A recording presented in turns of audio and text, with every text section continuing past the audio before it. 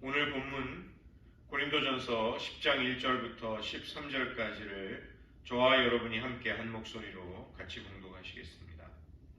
형제들아, 나는 너희가 알지 못하기를 원하지 아니하노니 우리 조상들이 다 구름 아래에 있고 바다 가운데로 지나며 모세에게 속하여 다 구름과 바다에서 세례를 받고 다 같은 신령한 음식을 먹으며 다 같은 신령한 음료를 마셨으니 이는 그들을 따르는 신령한 반석으로부터 마셨음에 그 반석은 곧 그리스도시라. 그러나 그들의 다수를 하나님이 기뻐하지 아니하셨으므로 그들이 광야에서 멸망을 받았느니라. 이러한 일은 우리의 본보기가 되어 우리로 하여금 그들이 악을 즐겨한 것 같이 즐겨하는 자가 되지 않게 하려 함이니 그들 가운데 어떤 사람들과 같이 너희는 우상 숭배하는 자가 되지 말라. 기록된 바 백성이 앉아서 먹고 마시며 일어나서 뛰논다 함과 같으니라. 그들 중에 어떤 사람들이 음행하다가 하루에 23,000명이 죽었나니 우리는 그들과 같이 음행하지 말자. 그들 가운데 어떤 사람들이 주를 시험하다가 뱀에게 멸망하였나니 우리는 그들과 같이 시험하지 말자. 그들 가운데 어떤 사람들이 원망하다가 멸망시키는 자에게 멸망하였나니 너희는 그들과 같이 원망하지 말라. 그들에게 일어난 이런 일은 본보기가 되고 또한 말세를 만난 우리를 깨우치기 위하여 기록되었느니라. 그런즉 손줄로 생각하는 자는 넘어질까 조심하라. 사람이 감당할 시험 밖에는 너희가 당한 것이 없나니 오직 하나님은 미쁘사 너희가 감당하지 못할 시험당함을 허락하지 아니하시고 시험당할 즈음에 또한 피할 길을 내사 너희로 능히 감당하게 하시느니라. 아멘. 기도하시겠습니다. 하나님 아버지, 이 새벽 저희도 우리들의 믿음의 선진의 좋은 본보기 또한 우리가 따르지 말아야 할 반면교사가 되는 많은 일들을 헤아려 우리들의 신앙을 위한 본보기와 길로 삼게 하시고 또 우리 자신을 말씀의 빛에 그 거울에 비추어 봄으로써 먼저 우리가 겸손히 하나님만을 끊임없이 끝까지 의지해야 한다는 사실 앞에 철저하며 연약해지지 않도록 도와주시옵소서. 모든 말씀 예수님의 이름으로 기도드립니다. 아멘. 지금 저희는 고린도전서를 살펴보고 있는데요. 이 우상의 제물을 먹는 문제, 이 문제에 대해서 사도 바울이 교훈했던 내용들을 저희가 지난 시간에 다루었습니다. 오늘은 사도 바울이 과거 이스라엘의 출애굽과 광야 생활에 관한 이야기를 하는 것이죠. 왜 이런 이야기를 하는가? 이것이 현재를 위한, 지금을 위한 우리의 본보기가 되기 때문입니다. 10장 6절의 말씀을 보시면 이러한 일은 우리의 본보기가 되어 이렇게 기록이 되어 있고 또 10장 11절 그들에게 일어난 이런 일은 본보기가 되어 이 본보기라는 말이 튀포스라는 말입니다. 튀포스 example이라고도 번역하고 a warning, type, figure, copy, image, pattern 우리가 잘 따라가야 할 본보기가 있죠. 그리고 따르지 말아야 할 본보기도 있습니다. 반면교사라는 말을 씁니다. 이스라엘 백성들은 그들의 조상들의 출애굽과 광야 생활을 보면서 지금 자신들을 위한 하나님의 뜻을 깨닫고 헤아리는 그런 패턴, 어떤 본보기, 모본으로 삼아야만 했던 것입니다. 고린도 교회 성도들에게 지금 바울은 그것을 이야기하는 것이죠. 이스라엘의 출애굽과 광야 생활에서 일어난 사건들을 사도 바울은 지금 그리스도인들이, 성도들이 하고 있는 세례와 성만찬의 비유를 하는 것입니다. 이스라엘 백성들은 구름과 바다에서 세례를 받았다. 이 구름 기둥과 불 기둥이 이스라엘 백성들을 이끄셨습니다. 그 다음에 그들은 홍해를 하나님의 기적으로 건넜죠. 지도자 모세 아래 속해서 신령한 음식과 신령한 음료를 먹고 마셨습니다. 하나님이 주시는 만나라든가 또 반석으로부터 터져나오는 하나님이 주시는 생수를 마심으로써 그들은 하나님께 직접 유래한 하나님이 주신 음식과 또 물을 먹었던 것입니다. 이것은 비유하건대 지금 그리스도인들이 성만찬의 떡과 포도주에 참여하는 것에 비유를 할 수가 있는 것입니다. 이 성례, 거룩한 예전을 통해서 우리는 하나님의 음식과 음료를 먹고 마십니다. 그리스도의 피와 살을 먹고 마심으로 우리에게 하나님의 생명이 오게 되는 것이죠. 그런데 10장 5절을 한번 보시면 구약의 이 구원의 사건과 그 표징에 참여했었던 이스라엘 민족이라 할지라도 그들의 생애 속에 나중에 일어난 배교, 또 하나님을 향한 반역, 불신앙과 타락을 막지 못했다는 것입니다. 이것은 두려운 경고를 주는 것이죠.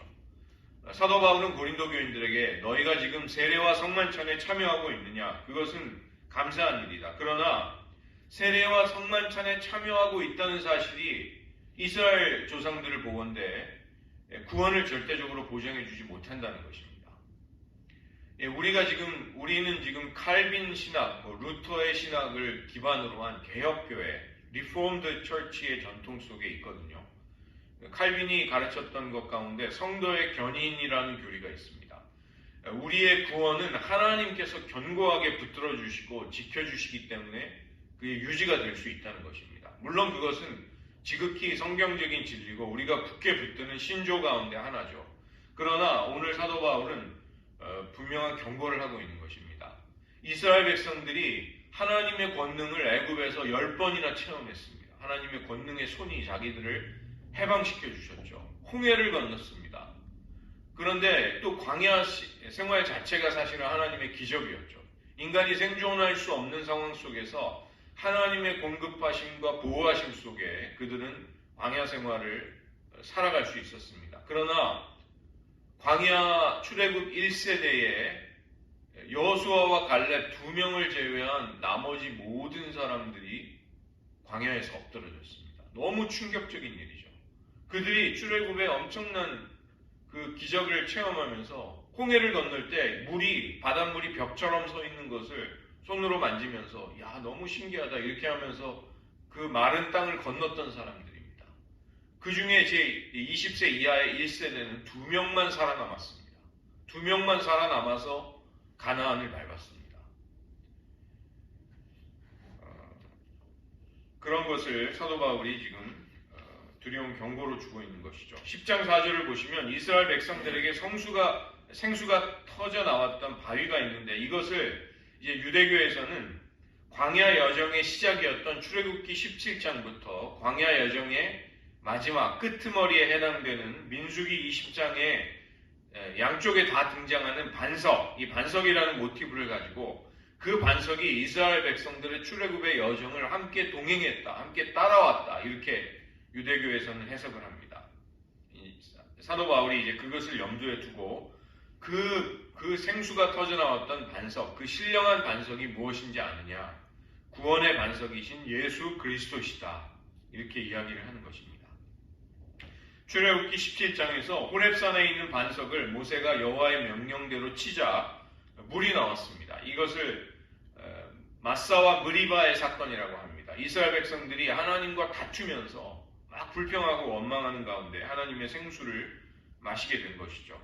민수기 20장에는 신광야, 이 신광야에서 이스라엘 백성들은 여전히 불평하는 백성들이었고 모세는 반석에게 명령해서 물을 내라고 하나님이 말씀하셨지만 너무나 불평하고 원망하는 이스라엘 백성 때문에 모세가 격동이 돼서 순종하는 대신에 지팡이로 분노 가운데 반석을 2번 쳤습니다.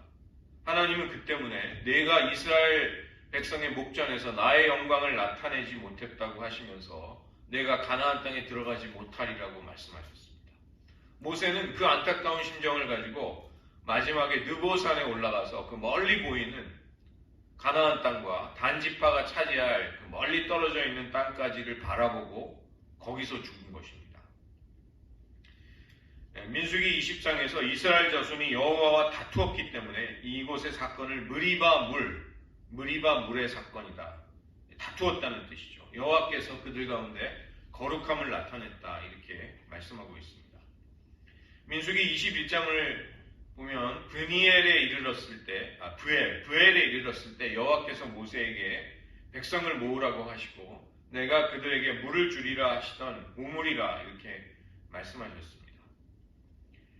바울은 물이 없어 불평하며 목말라 죽게 된 이스라엘 백성을 하나님이 생수를 터뜨려 구원해 주신 사건 속에 등장한 그 바위가 그리스도가 임재하신 것이다, 이렇게 해석을 하는 것이죠. 두 번째로는 광야 생활에 이스라엘 백성들의 갖가지의 이제 실패의 사례가 보고가 되는데, 이것은 종말의 하나님의 백성들을 위한 본보기와 경고다, 생생한 신뢰가 된다, 이렇게 말하는 것입니다. 이스라엘 백성들은 어쩌다가 악을 저지르고 실수한 사람들이 아니라 악을 즐겨 했던 사람들이다, 이렇게 말하고 있습니다. 악이 너무 좋아서 악행을 즐거워하면서 했다는 것입니다. 우리가 죄를 지을 때 보면 우리가 어쩌다 죄를 짓기도 하지만 사실은 훨씬 더 많은 비중으로 우리는 악을 기뻐하기 때문에 저지릅니다. 우리가 헌신하는 것도 누가 시켜서 하는 게 아닙니다. 우리가 좋아서 하는 것입니다. 우리의 의지와 우리의 사랑이 우리가 하는 많은 일들 속에 반영이 될 수밖에 없죠. 우리가 무엇으로 움직이는가? 우리는 가만히 보면 진짜 좋아하는 것을 합니다.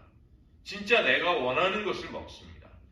작고 사소한 것뿐만이 아니라 크고 엄청나게 중요한 일들도 우리가 궁극적으로 결국 선택하는 것을 보면 우리가 좋아하는 것들을 우리는 한다는 것입니다. 광야 생활 중에 이스라엘 백성들은 악을 즐겨했다. 너희들은 그들과 같이 되지 말아라, 말하는 것이죠. 첫 번째가 10장 7절의 우상 숭배입니다. 출애굽기 32장 6절을 보면 모세가 시내산에서 하나님의 임재 앞에 거하며 언약의 돌판을 하나님이 써주시는 것을 받아가지고 오는 동안 이제 40일 동안이나 하나님의 임재 앞에 머무니까 모세가 돌아오지 않자 산 아래의 이스라엘 백성들은 금송아지 우상을 만들고 광란에 이방 제사를 드립니다. 이 뛰놀고 먹고 뛰놀고 춤춘다는 것은 그 섹스와 혼음으로 가득한 그 가나안의 그 이방 제사, 그것을 이스라엘 백성들이 산 아래에서 드렸다는 것입니다. 민수기 25장을 보면 시팀에서 모함 여자들과 음행을 하던 이스라엘 백성들이 하루에 3,000명씩 죽음을 당합니다. 그때 제사장 비느하스가 하나님의 질투심으로 그 악을 행하는 사람들을 처단하자 연병이 그치게 되는데 연병으로 죽은 이스라엘 백성들이 무려 24,000명이었습니다. 지금 한국이 정말 교계에 한국이 발칵 뒤집힌 소식이 있는데 너무 좋은 소식이면 얼마나 좋을까요? 너무나도 안타까운 소식. 제가 이제 한국의 큰 교단에 속하는 예수교 장로회 통합 측에서 이제 신학교를 다니고 목사 안수를 받았거든요. 통합 측하고 합동 측이 한국에서는 가장 주류 교단이라고 해서 장자 교단이다 이런 말을 씁니다. 통합 측의 통회장이 지금 아주 안 좋은 스캔들이 났어요. 너무나도 부끄러운 그 교회 권사와 경기도 파주에 있는 무인텔, 그러니까 사람이 없이 이렇게 차를 타고 들어가서 돈을 결제하고 그 모텔 방을 쓸 수 있는 그런 데 갔다 온 것입니다. 갔다가 딱 걸렸습니다. 그 교회 추적한 장로들에 의해서. 그래서 결국은 이 유튜브에 인터넷에 이게 다 올라갔어요. 그런데 이제 그분의 행적이 계속 하나둘씩 드러나는데 명성교회 김삼환 목사 그분이 자기 아들 김하나 목사에게 그 세습을 해줄 때 그것을 교단 총회에서 적극적으로 옹호하고 막았던 사람이, 그러니까 방패 역할을 해준 사람이 그 사람이었습니다. 이분은 문재인과 민주당의 열렬한 지지자인데 또 김삼환 목사님은 또 보수 인사잖아요. 보수 측의 인사잖아요. 그러니까 자기 신념이고 뭐고 아무것도 없이 자기에게 이익만 되면 언제든지 자기 입장을 바꿀 수 있는 사람이었던 거죠. 그리고 너무 안타까운 것은 교단이 그 사람을 그러면 정말 부끄러워하면서 빨리 치리를 하고 이렇게 일을 바로 잡으려고 해야 되는데 막 그렇게 하지 않는 모습을 봅니다. 제가 그 소식을 들었을 때 누가 제일 먼저 생각났냐 하면 한국에 있는 저희 친인척들 가운데 전도받고 구원받아야 할 사람들, 그분들이 제일 먼저 생각나더라고요. 우리의 친구들 가운데 정말 양심적이고 깨끗하게 사는데 예수님을 모르는 사람들, 이런 사람들, 그런 사람들이 한국의 가장 큰 소위 개신교의 교단의 총회장이 하는 그런 끔찍한 일들을 보면서 야, 이게 전도가 될까? 한국에서 지금 이 시대에 한국에서 전도가 될 수 있을까? 참 어렵겠다 이런 생각이 들었습니다. 그 다음에 이스라엘 백성들은 주를 시험하다가 불뱀에게 멸망당한 사건이 민수기 21장에 나오죠. 호르산에서 출발해서 홍해길을 따라갈 때 하나님은 에돔 땅을 우회해서 돌아서 가라고 말씀하십니다. 에돔 민족은 에서의 자손이기 때문에 야곱의 형이었던 에서의 자손이기 때문에 에돔을 치라고 하시는 게 아니라 에돔을 우회해서 멀리 돌아가라. 그러니까 길이 굉장히 험하고 힘들었겠죠. 이스라엘 백성들이 그 길로 인해서 마음이 상해서 하나님과 모세를 원망하다가 불뱀에게 심판을 당합니다. 그 다음에 민수기 14장을 보면 가데스 바네아에서 부정적인 정탐꾼 10명의 보고를 듣고 이스라엘 백성들은 밤새도록 통곡하다가 모세를 돌로 치려고 합니다. 또 민수기 16장에 보면 고라 자손이 반역을 하면서 모세와 아론에게 원망했을 때 연병으로 14,700명이 죽습니다. 10장 11절을 보시면 그들에게 일어난 이런 일은 말세를 만난 우리를 깨우치기 위해 기록된 것이다. 우리가 경건한 두려움을 경고로서 그것을 받아들여야 한다는 것이죠. 12절과 13절에 보면 경고와 격려가 그래서 같이 나오는 것입니다. 우리의 구원이 불확실하다, 불안해하라 이렇게 바울이 그런 의도로 말한 것이 아니라 너희들이 충분히 당할 수 있는, 너희들에게도 닥쳐올 수 있는 현실적인 위험과 유혹과 시험에 대해서 너희들 실제적인 판단을 할 수 있어야 된다. 너희들에게 어려움이 올 것이다. 유혹과 시험이 올 것이다. 그 가운데 믿음을 지켜야 한다. 이렇게 말하는 것입니다. 교회는 오직 하나님의 신실하심에 의해서 우리를 붙들어 주시는 하나님의 권능의 손에 의해서만 보호를 받을 수 있는 것이죠. 그 다음에 세 번째로는 이 성만찬의 문제를 사도 바울이 다룹니다. 14절부터 22절인데 왜냐하면 이 성만찬에 참여하면서도 이방의 제사의식과 우상숭배가 벌어지는 그런 식사 자리에 꺼리낌 없이 참여하는 사람들이 있었기 때문에 그런 것이죠. 그러나 우리가 성찬을 먹고 마신다는 것이 무슨 의미인가를 생각해 본다면 도저히 우상숭배의 자리에 함께 할 수는 없는 것이죠. 자신의 몸과 피를 주셔서 우리를 구원하신 그리스도의 사건, 그분의 대속의 은총과 공로를 우리는 주의 만찬을 통해서 경험하는 것입니다. 그리스도의 몸이 되어서 한 떡에 참여하게 되는 것이죠. 코이노니아가 일어나는 것입니다. 우리가 어떤 인격적인 대상과 코이노니아를 할 때 그것을 교제와 사귐이라고 친교라고 할 수 있습니다. 그 다음에 우리가 어떤 일에 어떤 활동에 코이노니아를 하게 되면 우리는 거기서 일정한 우리의 몫을 얻게 됩니다. 이것이 코이노니아입니다. 그 때문에 10장 16절 그리스도의 피에 참여한다는 것은 그리스도의 죽음을 통해 우리에게 허락된 구원의 사건 속으로 구원의 실체 속으로 우리가 들어가게 되는 거죠. 그리스도의 몸에 참여한다는 것은 그리스도의 몸을 이루는 교회의 일부가 되어서 우리가 그 코이노니아 속으로 나아가는 것입니다. 우리는 교회의 선교와 헌금과 구제에 사랑에 참여하는 것이죠.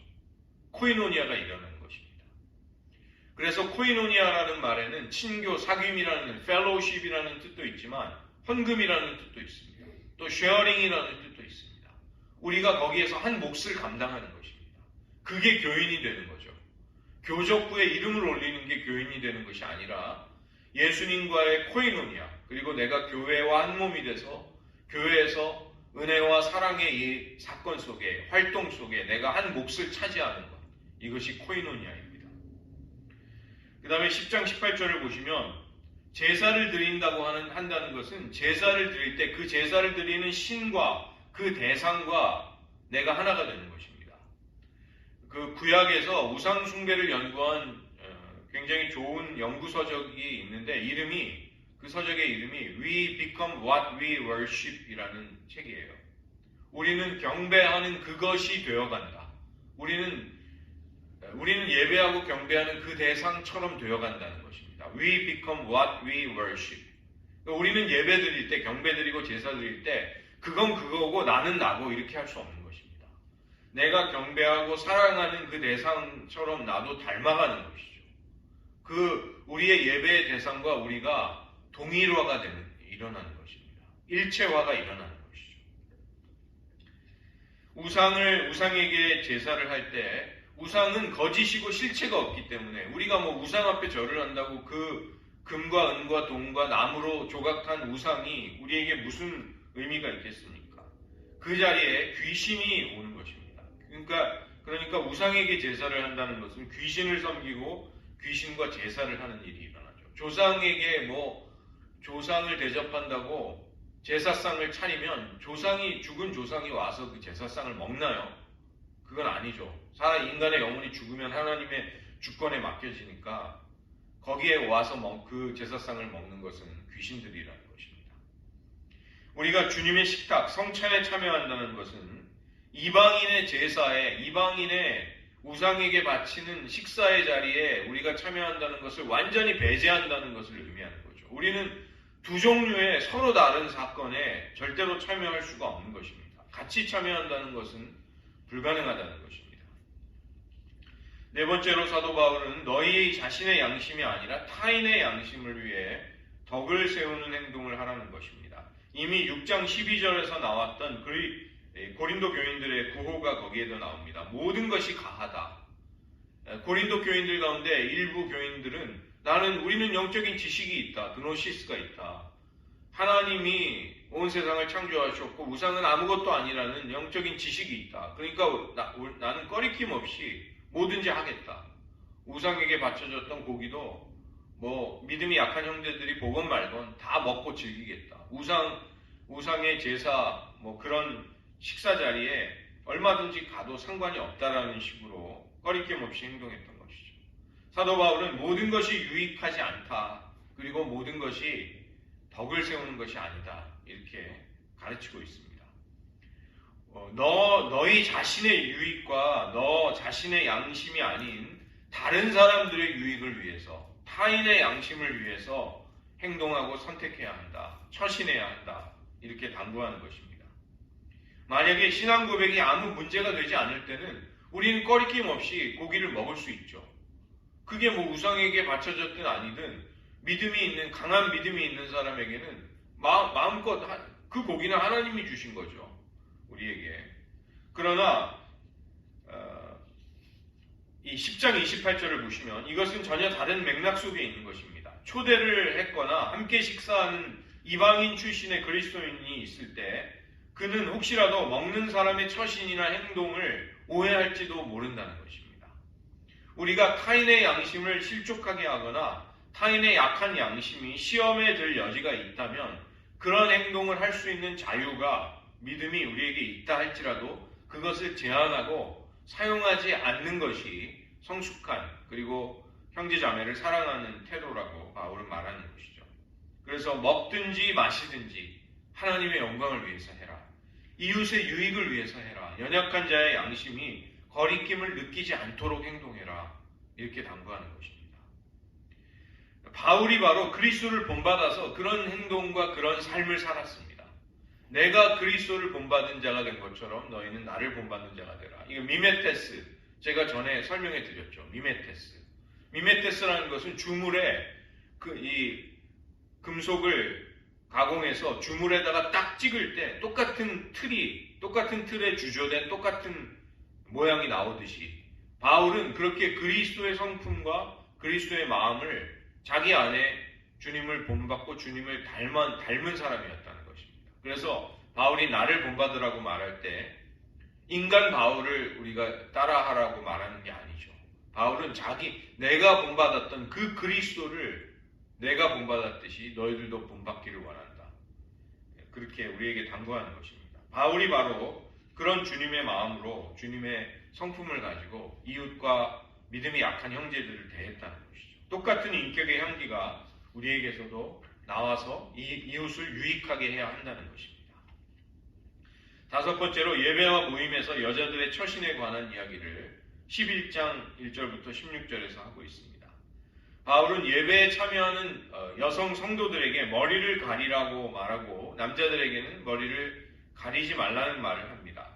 사도 바울 당시 로마에서는 남성들이 이 종교적인 제의를 할 때, 집전할 때 토가라고 부르는 이 헐렁한 그 당시 옷을 이렇게 머리 위로 덮어 써서 자신의 사회적인 높은 신분을 드러냈습니다. 그 다음에 결혼한 여성들인 경우 공개적인 장소에 갈 때 정숙함과 덕을 위해서 얇은 천으로 된 그런 머리 가리개, 너울 같은 것을 착용하는 것이 사회적인 관행이었습니다. 바울은 이제 그런 것들을 염두에 두고 남자의 머리가 그리스도다 이렇게 말하는 것이죠. 남자 혹은 남편의 머리가 그리스도라는 것은 남자는 그리스도의 권위 아래에 있다는 것을 말하는 것입니다.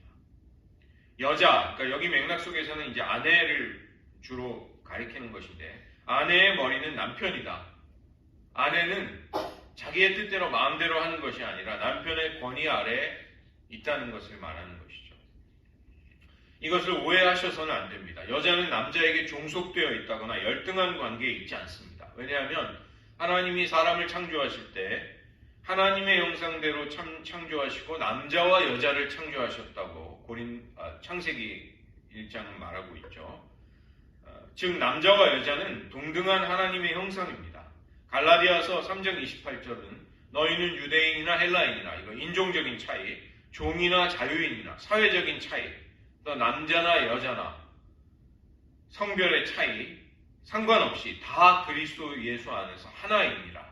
남자와 여자는 그리스도 예수 안에서 인격적으로 완전히 동등한 하나라는 것입니다. 그러나 머리를 가리지 않고 공적인 예배나 모임에 그리스도인 여성이 참석하게 될 때 그 가리지 않은 머리는 남편을 욕되게 한다는 것이죠. 또 여자는 남편의 영광이 됩니다. 그리고 남자는 하나님의 형상과 영광이 되는 것이죠. 여자가 머리에 너울을 쓰면 그 남편을 영광스럽게 하게 됩니다. 내가 어떤 권위 아래에 있다는 것을 겸손하게 나타내는 것이죠. 그러나 남자는 하나님의 영광이 되는 자신에게 너울을 쓰지 않음으로써 하나님을 영광스럽게 한다 이렇게 말합니다. 11장 11절의 말씀을 보시면 그러나 주 안에는 남자 없이 여자만 있지 않고 여자 없이 남자만 있지 아니하니라. 그래서 그리스도라는 궁극적인 권위 아래 남성과 여성은 같이 속해 있는 것이고 서로를 돕고 서로에게 의존하는 존재가 되는 것이죠. 한쪽이 다른 쪽보다 우월하다거나 열등하다거나 그런 관계가 결코 아닙니다. 마음대로 한쪽을 역사적으로는 이제 힘이 약했던 여성이 지배당하고 착취를 당하는 일들이 많았습니다. 여러분 미국의 역사에서 흑인들보다도 참정권, 투표할 수 있는 권리를 더 늦게 얻은 사회적인 계층이 여성입니다. 흑인 노예들한테 먼저 투표권이 주어졌어요. 흑인 남자들한테. 백인 여자들은 나중에 참정권을 얻었습니다. 그러나 결코 그것은 하나님의 뜻은 아닌 것이죠. 남자와 여자는 남편과 아내는 서로가 서로에게 하나님의 권위와 질서와 영광을 반영하는 방식으로 그렇게 관계를 맺으라고 말하는 것입니다. 아담이 하와를 하나님이 데려오셨을 때 이는 내 뼈 중에 뼈여 살 중에 살이라는 찬사를 여성에게 보냅니다. 이처럼 남자와 남편이 하나님의 형상과 영광이라면 여자와 아내는 남자와 남편으로부터 그렇게 영광을 받는 그런 존재가 되는 것이죠. 그래서 결과적으로 남자든 여자든 하나님의 형상을 서로 공유하는 것입니다. 11장 12절 모든 것은 하나님께로부터 왔다 이렇게 말하는 것입니다. 그 다음에 이어지는 13절과 16절은 인간의 본성도 자연적인 너희들 내면의 감각도 이것을 동일하게 느끼고 있지 않느냐. 여성들은 긴 머리가 있으면 그게 영광스럽게 느껴집니다. 그 다음에 남성에게는 긴 머리가 수치스럽게 여겨지는 것이죠. 마지막으로 주의 만찬을 오용하는 문제가 심각한 문제가 17절과 34절 11장에서 사도 바울은 이야기하고 있습니다. 정기적인 교회의 식사, 그 당시에는 이제 애찬식, 아가페 밀이라고 부르는 식사를 했습니다. 교회 모임이나 예배가 끝나고 성도들은 사랑의 교제를 나누는 식탁의 사귐이 있었죠. 아가페 밀. 그런데 여기에 부유한 신자들은 일찍 와서 양껏 음식을 먹었습니다. 부유한 부자들은 자기가 일을 안 하니까 모임에 일찍 와가지고 차려진 음식을 뒤에 오는 사람을 생각하지 않고 마음껏 먹은 것입니다. 그런데 가난한 신자들은 일을 하다가 늦게서야 모임에 오게 되면 음식이 없는 것입니다. 모자란 음식으로 이 애찬에 참여하지 못하는 일이 계속된 것이죠. 그래서 사도 바울은 11장 17절에서 너희들이 그런 식으로 모이는 모임은 유익이 되지 못하고 도리어 해롭다. 너희가 해로운 모임을 하고 있다. 이렇게 말하는 것입니다. 그리고 그런 행동은 하나님의 교회를 업신여기고 빈궁한 가난한 신자들을, 동료 형제들을 부끄럽게 만드는 행동이다. 사랑이 없는 행동이라고 바울이 책망하고 있습니다. 그 다음에 성만찬에 관한 이야기를 23절부터 26절에서 하는데 왜 이야기를 할까요? 너희가 그렇게 무시하고 너희가 그렇게 부끄럽게 한 형제들이 어떤 사람인지 아느냐? 예수님이 자신을 내어주셔서 그토록 사랑하신 그런 소중한 사람들이라는 것을 말하는 것이죠. 예수님이 제자들과 나누셨던 마지막 식사, The Last Supper, 그 마지막 만찬이 성만찬의 근거가 됩니다. 우리가 주의 만찬을 하게 되는 근거가 되죠. 11장 23절에 보시면 주께서 잡히시던 밤에, 여기 잡히셨다 이렇게 번역을 했는데 헬라어로는 파라디돔이라는 말입니다. 넘겨준다는 뜻입니다. 주님께서 넘겨지시던 밤에 이런 뜻입니다. hand over, 넘겨진다. 이게 굉장히 중요한, 신약성서에서 굉장히 중요한 예수님의 순환을 설명하는 동사예요. 예수님이 자신을 죽이는 자들에게 넘겨지죠. 그러면 누가 예수님을 그들에게 넘겨주셨을까요? 하나님 아버지가 넘겨주신 것입니다. 성부 하나님이 자기 아들을 로마의 총독과 그 유다의 대제사장들과 장로들에게 핍박하는 자들에게 넘겨주신 것입니다. 건네주시다. 넘겨주다. 그 이사야 53장 10절에서도 여호와께서 그 고난받는 여호와의 종을 상함을 받게 하시기를 원하셔서 질고를 받게 하셨다. 여호와의 종을 고난에 넘겨준 사람은 세상이 아닙니다. 권력자들이 아닙니다. 여호와께서 상함을 받는 자리에 고난받는 종을 넘겨주신 것이죠. 이게 예수님의 순환을 이야기하는 것입니다. 주님께서 축복하시고 떼어주신 그 주님의 만찬에서의 떡은 자기의 몸을 내어주시는 십자가의 희생과 사랑을 가리키고 있습니다. 그래서 우리가 주의 만찬의 자리에서 떡을 받는다는 것은 자신의 죽음으로써 우리의 죄를 대속하신 예수님의 희생과 그 십자가의 무한한 공로에 우리가 참여하게 되는 것입니다. 주님이 오실 때까지 우리는 그 주의 만찬에 떡을 떼면서 그분의 죽음을 기억하고 그 주님의 죽으심을 전하라는 명령을 받는 것이죠. 그 다음에 식사를 시작할 때 떡을 뗐다면 식사를 마칠 때 유대인들은 축복의 잔을 마셨습니다. 식후의 잔을 가지시고 예수님은 자기의 피로 새 언약을 세우셨습니다.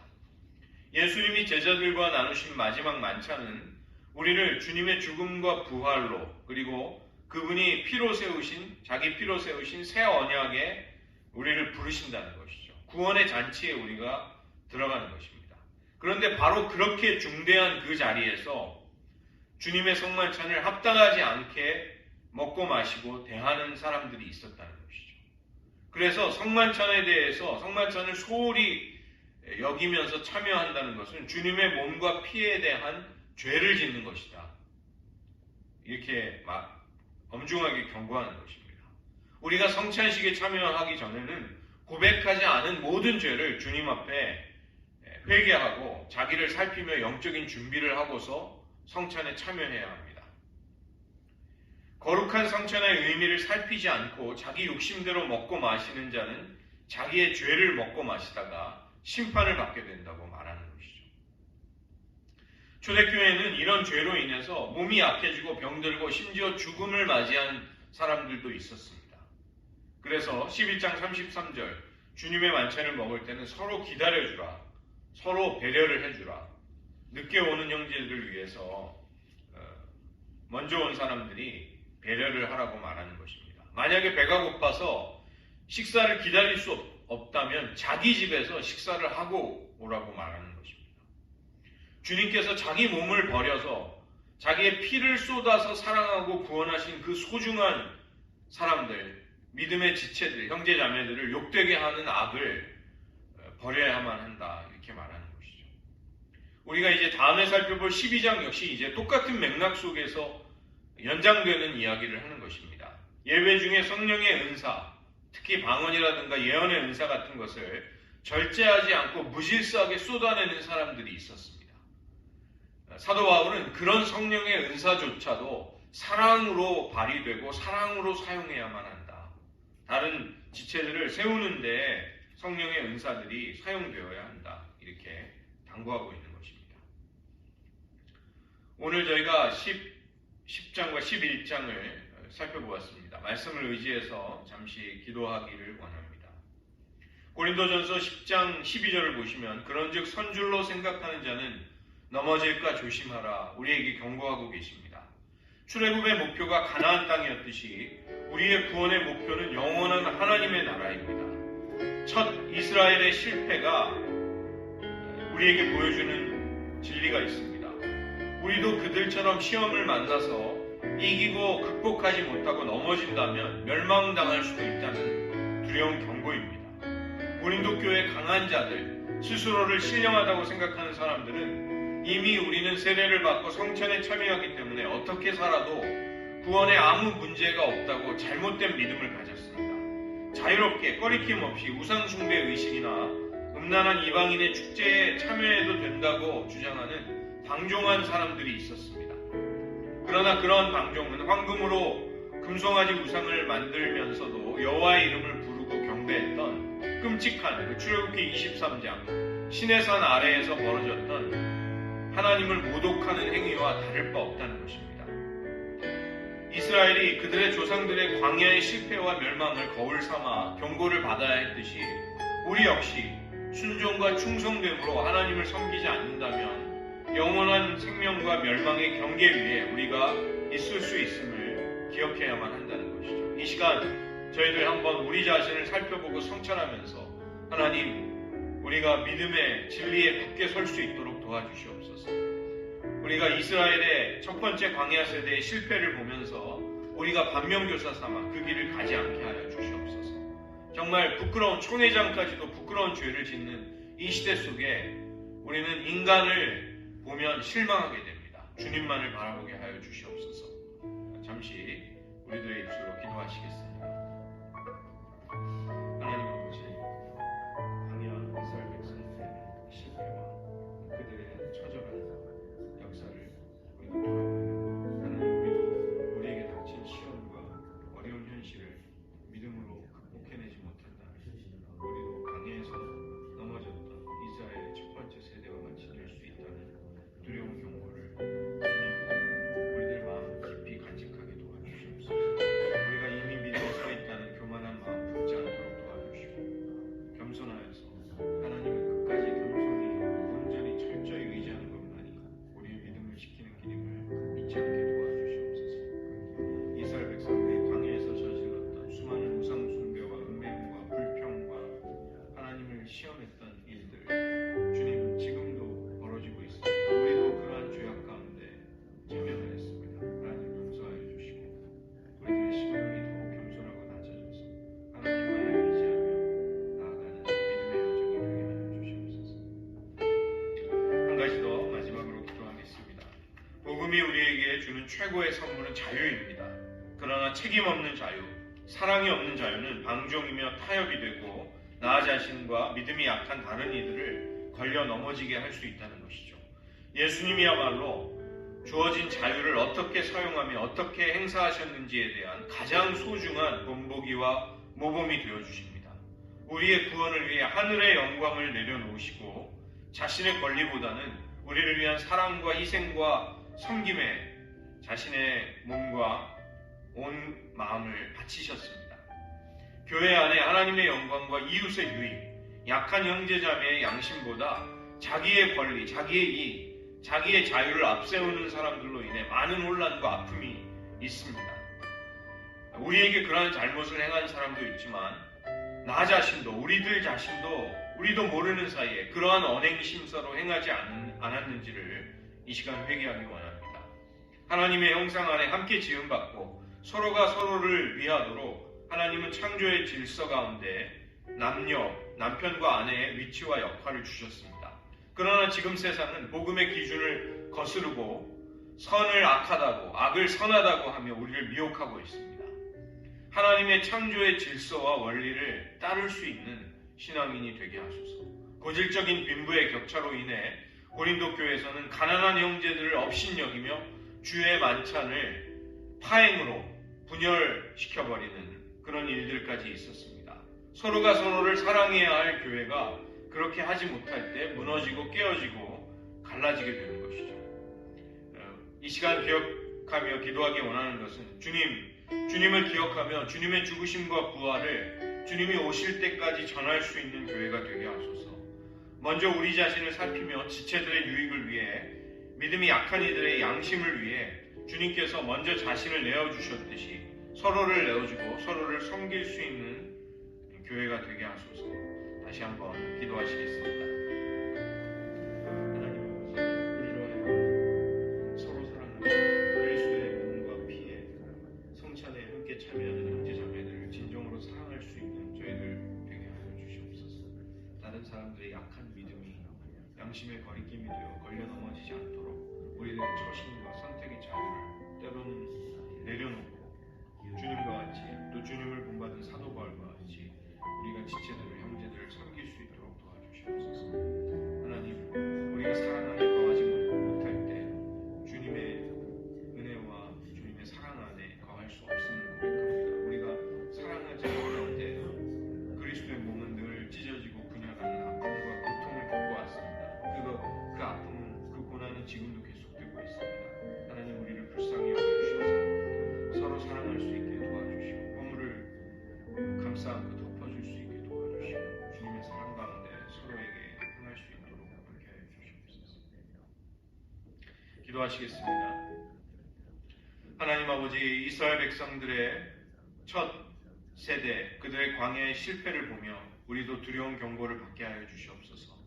우리가 서 있다고 믿음에 든든히 견고히 서 있다고 우리 자신을 과신하는 자들이 결코 되지 않게 하시고 그런 교만한 마음으로 어리석은 실패를 걸려 넘어지는 일을 당하지 않도록 우리들을 붙들어 주시옵소서. 우리의 마음이 더욱 겸손하여서 주님을 만나는 그날까지 하나님의 나라 영원한 도성에 들어가게 되는 그날까지 주님만을 겸손히 철저히 의지하며 살아가도록 도와주시옵소서.